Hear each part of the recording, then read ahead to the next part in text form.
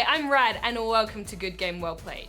So if you haven't heard, there's been a sprinkle of drama in North American League of Legends. Now, I absolutely love drama when it has nothing to do with me, so let's throw on the wellies and go for a wade.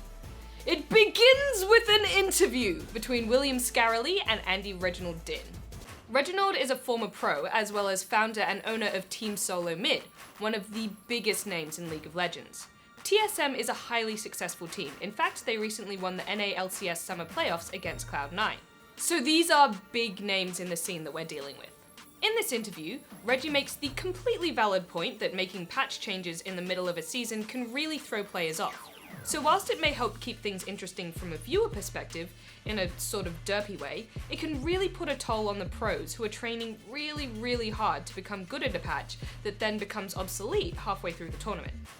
I mean, fair enough. I get mad if I wash a piece of fruit that I don't end up eating, so imagine training for months and months on a patch that then just gets changed. He argues that this adds instability for organizations and investors. I mean, just because your team is good in this patch doesn't mean they'll be any good in the next. And that all sounds fair enough, right? Wrong! Not according to Mark Tryndamere Merrill, president of Riot Games, who took to Reddit to respond to Reginald's words. I know I'm just a meat puppet and I sit in a chair in front of a camera and have a bit of a giggle roughly once a week, but even I can tell you that big kahunas of even bigger kahuna companies should probably just not engage on Reddit. Yet Merrill persists in the face of good advice and posts this nugget.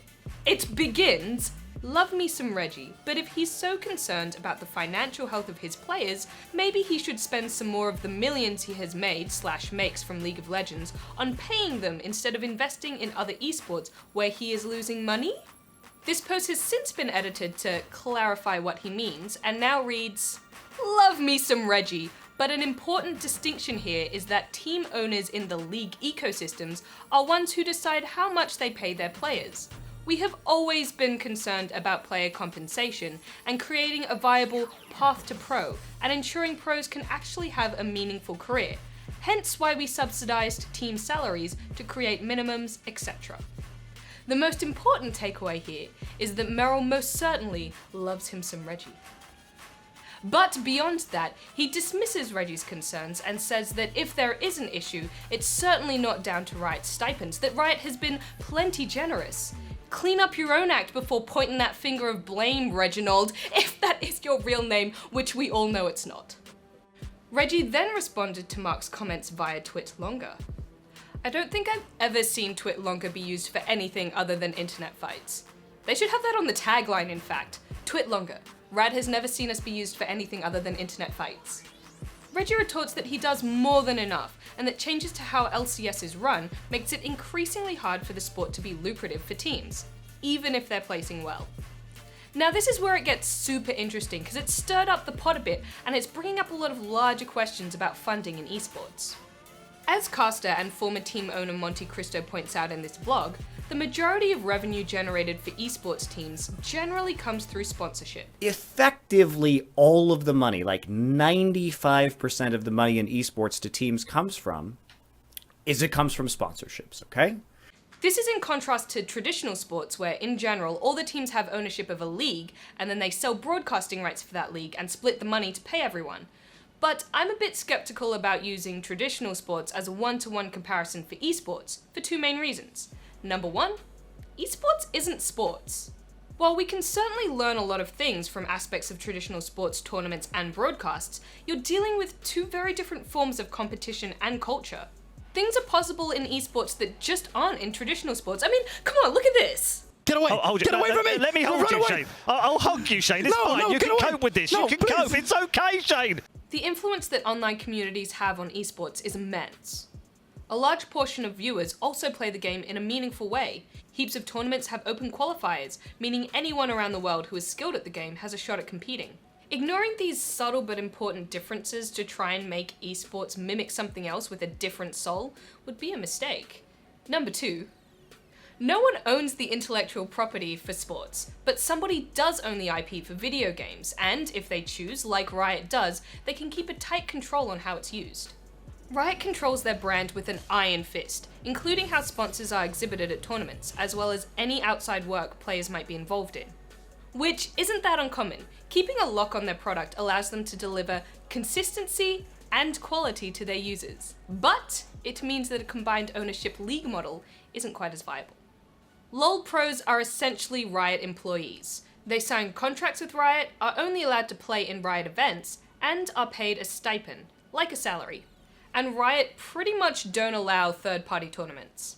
And whilst pros in games like CSGO and Dota can earn money through selling skins and streaming, that's not an option for competitive LoL players. Riot says no bueno and they are just simply not allowed to do it, so they're more or less at the mercy of the stipend. Reggie argues costs of running a team continually increase, yet the available money doesn't. So how do you keep a team going if there's not enough money to cover costs, and you're not allowed to do things that would generate the money? You take money from elsewhere and pour it into this league, hoping for the day that it starts to turn a profit.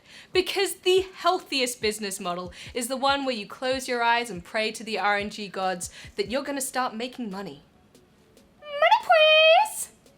And that's what Reggie argues is happening, and will continue to happen. Organizations diversifying and using that income to fund their LoL interests. Which is a less than ideal scenario when you consider that LoL is one of the biggest games in the world. I mean, isn't it Riot's job to ensure that players and organizations are paid well if they're not allowed to make money outside of the league? And just when you thought that the situation looked a little bit dire and it was all too much, there's more! In the wake of this upset, Director of Esports Waylon Magis Roselle and LCS Chairman Dustin Redbeard Beck, who is also the brother of Riot co-founder Brandon Beck, have been implicated in the recent issues with North America's LoL esports scene.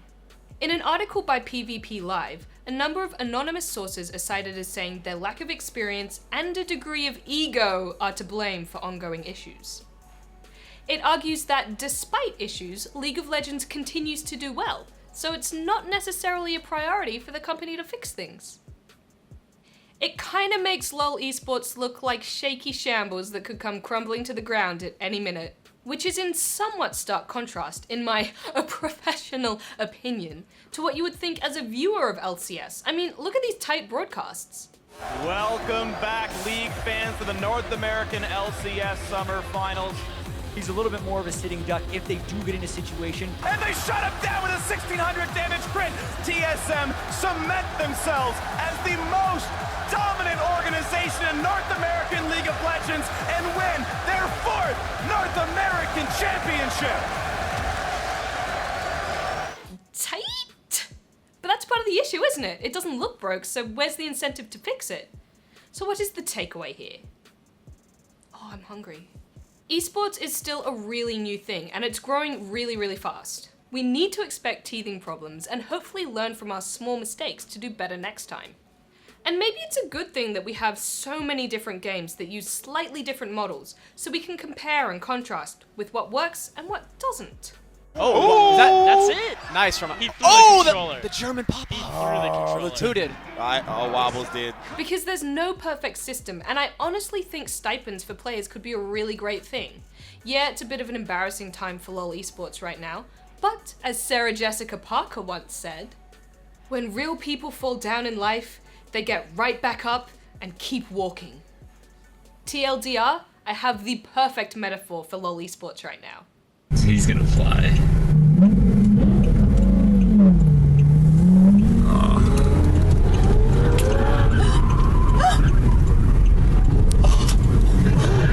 Well, that is it for Well Played. What do you think of stipends in League of Legends or esports business models in general? Let me know in the comments below. I also recently got to be part of Good Game's 10th anniversary special. It was really great. It's going to be airing at 7:30 p.m. on Tuesday, the 20th of September, and it was so great hanging out with some of you that came along to the filming.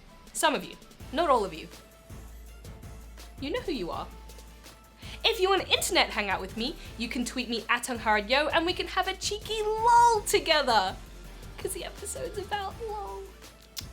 Wink. Until next time, always be safe and non-toxic on the internet. Like a glue stick. Rat out.